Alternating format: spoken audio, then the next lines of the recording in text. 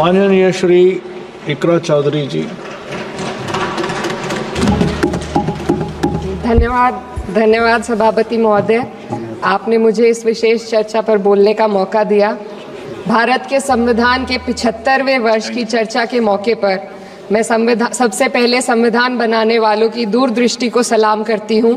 एक युवा सांसद के तौर पर मैं अपनी उम्मीदों को संविधान के साथ जोड़कर खास तौर पर ये बताना चाहती हूँ कि आज हमारे देश में पिछड़े, दलित, अल्पसंख्यक समुदाय को किस तरह अपने संवैधानिक अधिकारों और आज़ादियों की हिफाजत के लिए हर रोज़ मुश्किलों का सामना करना पड़ रहा है।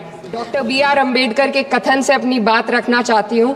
उन्होंने कहा था, मुझे अपने भारतवर्ष पर फक्र है कि जिसके पास ऐसा संविधान है जो लोकतंत्र, समाजवाद और सेक्युलरिज्म को संजोता है।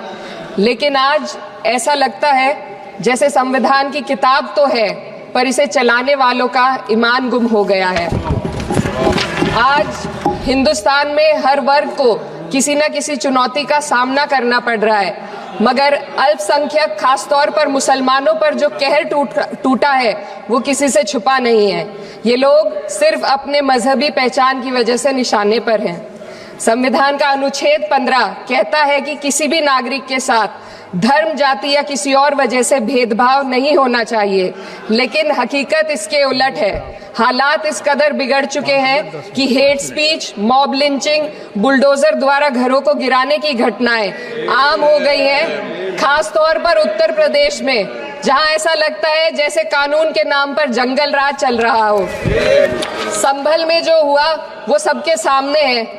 पुलिस के संरक्षण में निर्दोष लोगों की हत्या की गई और सरकार ने चुप्पी साध ली। अल्पसंख्यकों पर हिंसा बढ़ती जा रही है, मगर सत्ता में बैठे लोग या तो आंखें मूंदे हुए हैं या फिर इन घटनाओं को बढ़ावा दे रहे हैं। हद तो तब हो जाती है जब न्यायपालिका की बात भी अनसुनी कर दी जाती है। सुप्रीम कोर्ट ने मॉब लिंचिंग पर 11 सूत्रीय निर्देश जारी किए थे।